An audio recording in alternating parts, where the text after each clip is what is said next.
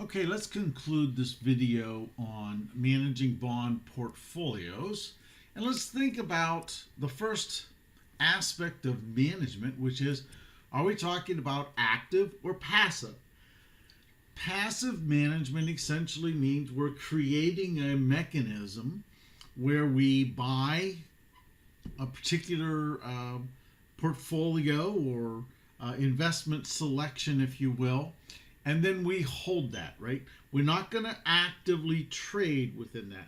Now, there's two ways we can do this. One way is called indexing, and the other one is immunization. And again, both of these ideas or concepts, right, they obviously have some assumptions, but they actually are very different with respect to how they assess risk or how they look at risk or approach risk. The concept of indexing is actually very complicated. You can find bond index funds so that you could just purchase the index, just like you can buy a stock index fund. The challenge is, first of all, they have lots of issues within them.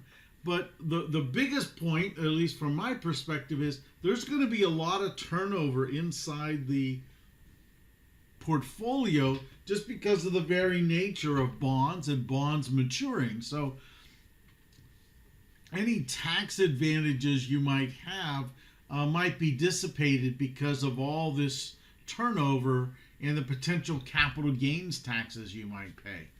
So in the end, this bond indexing idea, it's a little bit difficult to manage, right? So creating this index on your own is probably outside of the realm of any individual, right? To identify the characteristics and find the proportions and then match those proportions and then maintain those proportions is obviously very difficult to do for an individual. Now, for a business, a corporation, etc., the issue might not be as great. Still time consuming and resource devouring, actually, because there'll be a lot of resources go into this management.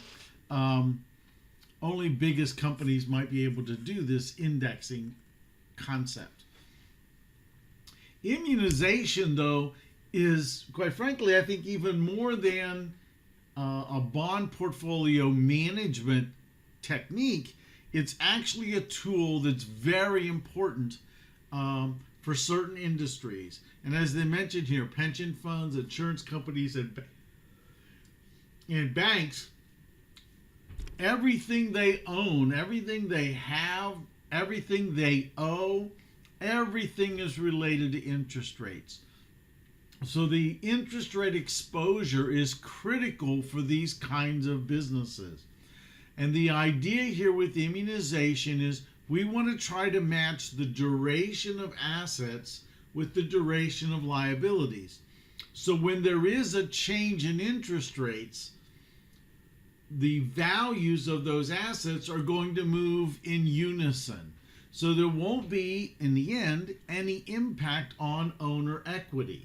Well, where did owner equity come from? Well, if you think about the accounting equation, total assets plus total liabilities equals owner equity. So if assets increase by 0.5 and liabilities change, we want to make sure, we want to try to ensure that the owner equity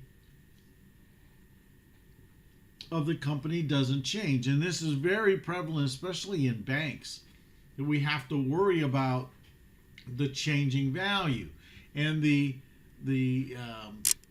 concept at work here, right, is really talking about interest rate risk that has two parts. Interest rate risk has pricing risk. As interest rates go up, prices fall. That's obviously bad for investors. But reinvestment rate risk says as interest rates go up, future reinvested cash flows are going to get higher returns, and that's obviously good. So any time interest rates change, there are two things that happen to bond portfolios. One of them good, one of them bad. And over the long haul of an investment horizon, we want to try to find a way to offset those two so that pricing risk, the negative parts of pricing risk, are offset by the positive things of reinvestment risk.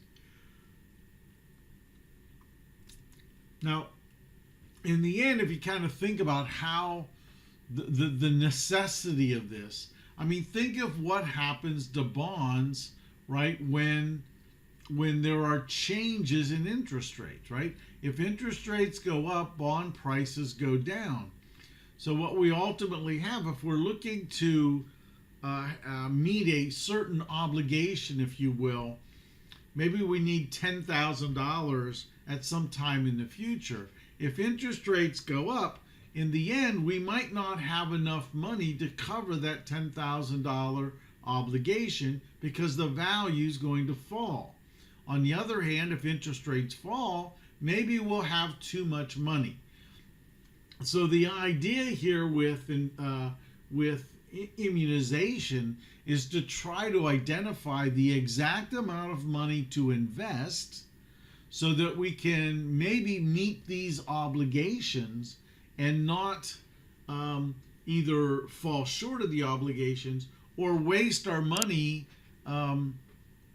in bonds, for instance, where we could have put some more of that money maybe in the stock market and earned a better rate of return there.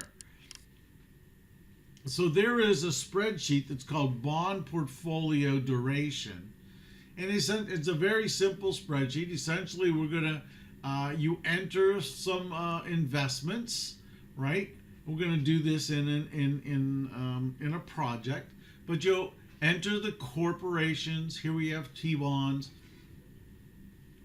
We're ultimately going to have to identify how much money do you want invested in each one of these assets.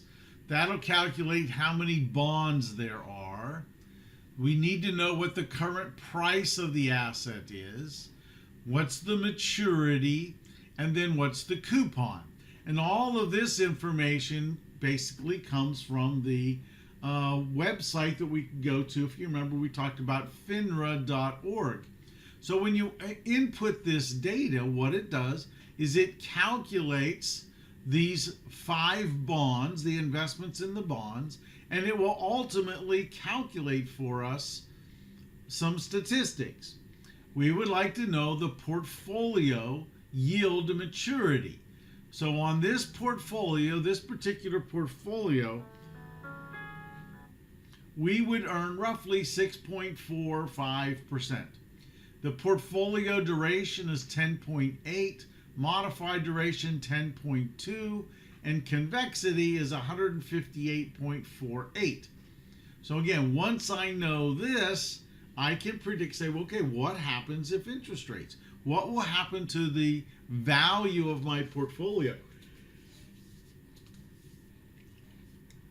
if interest rates change? Now, if you think about immunization, we want to create a portfolio. These are our investment opportunities or options, if you will. And what we would like to do is to create a portfolio that's going to match the duration of another asset, right? So maybe we want to find, and this is what I did in the next slide here, what if we said, hey, I want a duration, I want to create a portfolio that has a duration of 10. So you can use the solver function in Excel, and essentially we're going to, the objective is to have this cell equal to 10, and you're going to get this cell equal to 10, you're going to change these weights. So these weights, that's the objective part that you're going to change. And of course, we want them to be add up to 100%. We don't. If you want to allow negative types of investments or short sales, you could involve borrowing as well. But essentially, we're going to use this and try to find the portfolio. So if I put 13.6% in here, 26.3, 10, 25, 25%, this portfolio will have a duration of 10. Now, what will happen at the end of a year is maybe we have to come back and review this, because the maturities of all of these are going to change by 1. The prices will all change at the end of the year. So we need to every year review and find out what happens to duration, and we may have to manage this portfolio a little bit. So even immunization from time to time, maybe as many as annually, right, is going to require us to do a little rebalancing in the worksheet. So cash flow matching, right, we want to just try to match up the cash flows with the actual outflow of cash that we need for a project. So this is, they refer to this as a dedication strategy. And again, it's not widely used because of all the constraints with all the different bond choices and maturities and coupons. It's very difficult to imagine how this cash flow matching would ultimately actually work. So in the end, we also have some other active management actions that we can take, right? As we're reviewing our bond portfolio, right, we may identify certain opportunities to take advantage of some higher rates of returns, better cash flows. So they refer to these based on the reason for the exchange, if you will. So let's think about number 4 is the easiest to kind of understand. It's a pure yield pickup swap. So essentially what this is we know that there is an actual difference in the rate of returns. So we're going to sell the low return, buy the high return, and we're going to do this swap. We could also do some tax swaps. So if we have one that we're going to, that we would recognize a capital loss, we may want to switch that one, sell that one, take the loss, and then move our money into another one. So these swaps, again, are really just strategies of taking advantages of some of the characteristics within the bonds themselves. So that's the end of managing bond portfolios.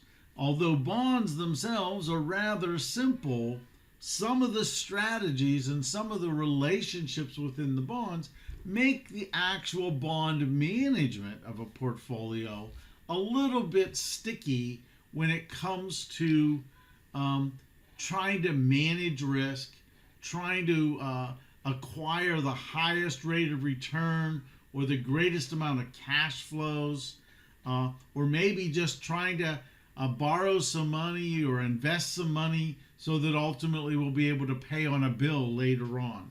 So all of these strategies, right, are useful, but they all take resources and they all take manpower. And for most individual investors, you're not going to typically have a large bond portfolio. For instance, we came back here, we were talking about, there's actually 5 bonds in this portfolio. And in this case, these folks have quite a few bonds. They have about 10 or 12 bonds. But the idea is, who's going to have that many, and how efficient would that particular kind of an investment work for you? So again, that's bond portfolio management.